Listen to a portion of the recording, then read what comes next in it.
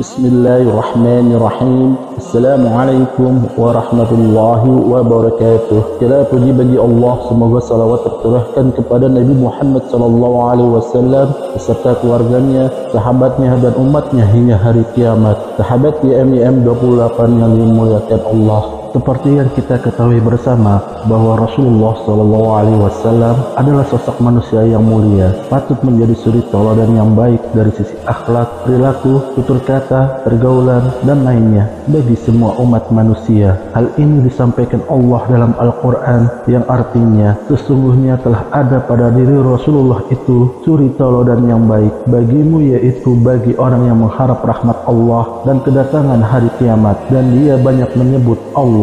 Quran Surat Al-Ahzab ayat 21. Rasulullah SAW bukan hanya imam bagi nabi yang lain, tapi beliau juga manusia sempurna yang terpuji. Memang beliau pernah berlaku salah, tapi hanya kesalahan kecil dan langsung ditegur oleh Allah Subhanahu wa Ta'ala, dan kemudian dosanya diampuni. Allah Ta'ala juga memuji beliau dalam Al-Quran yang artinya, dan sesungguhnya engkau Muhammad benar-benar berbudi pekerti yang luhur. Quran Surat Al-Qalam ayat 4. Sebagai bentuk cinta kita sebagai umatnya terhadap Rasulullah SAW, sudah seharusnya meneladani sikap beliau mulai dari pagi hari hingga pagi lagi. Setiap manusia beraktivitas sejak mulai bangun tidur, beribadah, mencari nafkah, hingga tidur lagi. Namun tahukah kalian bahwa waktu pagi itu penuh dengan keberkahan dan kelancaran akan rezeki jika dilakukan dengan niat beribadah kepada Allah. Apalagi jika kita mengikuti kebiasaan yang dilakukan Rasulullah SAW setiap pagi, yang pasti membawa amal kebaikan untuk umatnya.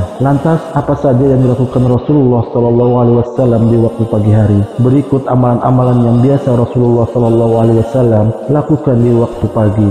Yang pertama, membaca doa bangun tidur. Beliau SAW selalu berdoa ketika bangun tidur dengan memuji dan bersyukur. Sudah sepatutnya kita juga melakukan hal yang sama sebagai rasa syukur kita kepada Allah yang memberikan kesempatan hidup untuk melakukan amal kebaikan. Sebagaimana hadis yang diriwayatkan dari Hudzaifah, dia berkata, apabila Nabi SAW hendak tidur, beliau membaca Bismika Allahumma amutu wa ahya, yang artinya dengan namamu ya Allah aku mati dan aku hidup. Dan apabila bangun tidur, beliau mengucapkan Alhamdulillahilladzi ahyana ba'da ma amatana wa ilaihin nusyur. Segala puji bagi Allah yang telah menghidupkan kami setelah mematikan kami, dan kepadanya lah tempat kembali. Hadis riwayat Bukhari nomor 6324. Yang kedua adalah mengusap kedua mata. Kebiasaan Rasulullah SAW setelah bangun tidur selanjutnya adalah mengusap kedua matanya untuk menghilangkan sisa-sisa kantuknya. Hal ini disampaikan dalam hadis yang diriwayatkan dari Quraib,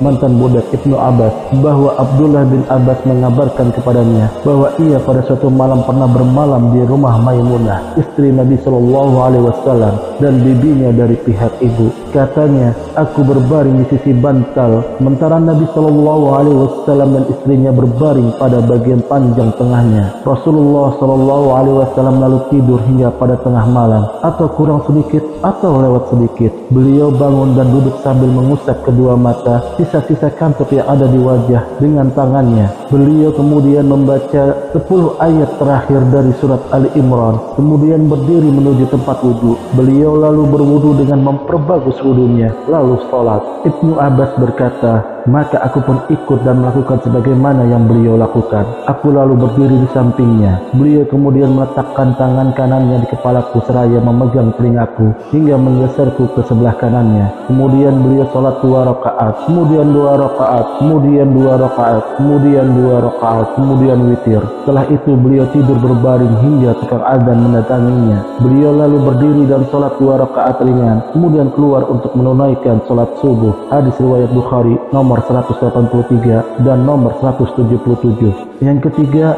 keluar rumah menatap langit, kemudian membaca Al-Quran. Inilah yang mungkin jarang dilakukan oleh kita sebagai umatnya. Namun Rasulullah SAW menganjurkan untuk melakukan hal yang demikian. Hal ini disebutkan dalam hadis bahwa Ibnu Abbas telah menceritakan kepadanya bahwa dia pernah bermalam di samping Nabi Shallallahu Alaihi Wasallam. Di akhir malam beliau bangun dan keluar melihat langit seraya membaca ayat pada surat Al-Imran. Sesungguhnya dalam penciptaan langit-langit dan bumi dan silih bergantinya malam dan siang terdapat tanda-tanda bagi orang-orang yang berakal, yaitu orang-orang yang mengingat Allah sambil berdiri atau duduk atau dalam keadaan berbaring, dan mereka memikirkan tentang penciptaan langit dan bumi seraya berkata, Ya Rabb kami, tidak adalah Engkau menciptakan ini dengan sia-sia. Maha suci Engkau, maka peliharalah kami dari siksa neraka. Quran surat Al-Imran ayat 191 hingga 192. Kemudian beliau kembali masuk ke rumah. Beliau lalu bersiwak, berwudu, kemudian sholat. Setelah itu beliau berbaring, kemudian bangun dan keluar melihat langit sambil membaca ayat tersebut. Kemudian beliau kembali bersiwak dan berwudu, lalu melaksanakan sholat. Hadis riwayat Muslim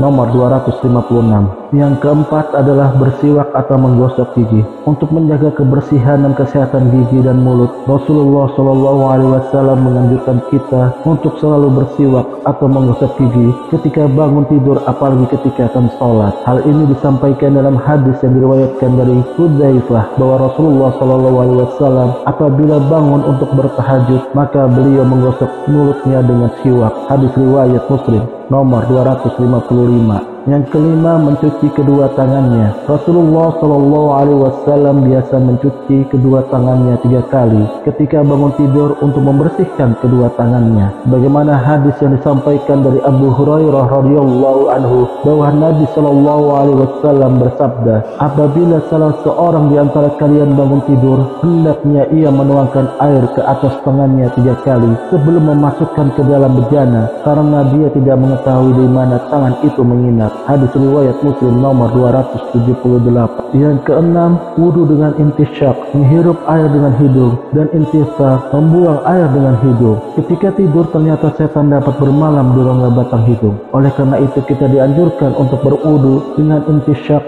dan intisar. Hal ini disampaikan dalam hadis yang diriwayatkan dari Abu Hurairah radhiyallahu anhu dari Nabi Shallallahu Alaihi Wasallam bersabda, jika terbangun seingatku beliau bersabda, seseorang dari kalian dari tidurnya hendaklah dia berwudu dan berintisar, memasukkan air ke hidung dan mengeluarkannya, karena setan tidur pada batang hidung orang itu. Hadis riwayat Bukhari nomor 3295. Selanjutnya yang ketujuh adalah salat sunnah fajar. Seperti yang kita ketahui bahwa salat sunnah fajar atau qobliyah subuh memiliki banyak keutamaan. Oleh karena itu, patut kita jalani kebiasaan Rasulullah SAW ini agar mendapatkan kelancaran dalam setiap aktivitas. Kebiasaan ini disampaikan dalam hadis dari Aisyah radhiyallahu anha. Ia berkata, Nabi Shallallahu Alaihi Wasallam melaksanakan salat malamnya sebanyak 13 rakaat, termasuk witir, dan 2 rakaat sunnah fajar. Hadis riwayat Bukhari nomor 1140. Yang kedelapan, salat subuh berjamaah. Rasulullah Shallallahu Alaihi Wasallam juga melaksanakan salat subuh berjamaah di masjid yang memiliki banyak keutamaan. Salah satunya memperoleh pahala seperti salat seluruh malamnya. Dalam hadis yang diriwayatkan dari Abdurrahman dari Abu Hurairah radhiyallahu anhu, ia berkata, Nabi Shallallahu Alaihi Wasallam membaca pada salat subuh hari Jumat surat As-Sajdah dan Al-Insan. Hadis riwayat Bukhari nomor 1068. Keutamaan salat subuh berjamaah ini disampaikan dalam hadis berikut. Telah menceritakan kepada kami Abdurrahman bin Abu Amrah. Ia berkata, Utsman bin Affan memasuki masjid setelah salat maghrib. Ia lalu duduk seorang diri, maka aku pun duduk menyertainya. Katanya, wahai keponakanku, aku mendengar Rasulullah Shallallahu Alaihi Wasallam bersabda, barang siapa salat isya berjamaah, seolah-olah ia salat malam selama separuh malam, dan barang siapa salat subuh berjamaah, seolah-olah ia telah salat seluruh malamnya. Hadis riwayat Muslim nomor 656. Selanjutnya yang kesembilan adalah mencari rezeki dan tidak tidur setelah subuh. Kita seharusnya membiasakan diri untuk tidak tidur setelah salat subuh, karena akan membuat badan akan terasa lebih sehat, pikiran lebih segar, dan hati lebih tenang serta bahagia, sehingga saat mencari rezeki pun mulai pagi hari akan terasa ringan. Keberkahan waktu pagi juga dikejar oleh banyak umat Islam sejak generasi hati sahabat. Rasulullah SAW sendiri mencontohkan, beliau biasa memberangkatkan pasukan di pagi hari. Bagaimana hadis berikut bahwa Rasulullah SAW telah bersabda, seusai salat fajar subuh, janganlah kamu tidur hingga melalaikan kamu untuk mencari rezeki. Hadis riwayat Tabrani. Dalam hadis lainnya Rasulullah SAW juga telah bersabda, bangunlah pagi hari untuk mencari rezeki dan kebutuhan-kebutuhanmu. Sesungguhnya pada pagi hari terdapat barokah dan keberuntungan. Hadis riwayat Tabrani dan Al-Bazzar. Selanjutnya yang ke-10, salat duha. Di sela-sela beraktivitas pagi hari, salat duha merupakan sunnah yang dilakukan Rasulullah SAW karena mempunyai banyak manfaat bagi umat muslim yang mengerjakannya. Rasulullah SAW pun berwasiat agar kita beristiqomah dalam pelaksanaannya. Bagaimana hadis yang diriwayatkan dari Abu Hurairah radhiyallahu anhu, ia berkata, kekasihku Rasulullah SAW memberi wasiat kepadaku agar aku berpuasa 3 hari dalam setiap bulan, mendirikan salat duha 2 rakaat dan salat witir sebelum aku tidur. Hadis riwayat Bukhari nomor 1981. Demikianlah kebiasaan Rasulullah SAW yang dilakukan di waktu pagi yang patut kita teladani dan ikuti agar kita mendapatkan keberkahan rezeki dan kesehatan selalu terjaga hingga dapat melakukan aktivitas mencari nafkah rezeki yang halal dan melakukan amal yang bernilai pahala kebaikan. Semoga Allah memberikan kemudahan untuk selalu istiqomah menjalankan ajaran Rasulullah SAW yang sudah tentu memberikan kebaikan kepada kita. Amin ya rabbal alamin. Kami berharap apa yang disampaikan dapat bermanfaat bagi sahabat PAM 28 yang dirahmati Allah. Kami mohon maaf atas segala kesalahan dan kekhilafan dalam penyampaian materi ini. Wallahu a'lam bishawab. Wassalamualaikum warahmatullahi wabarakatuh.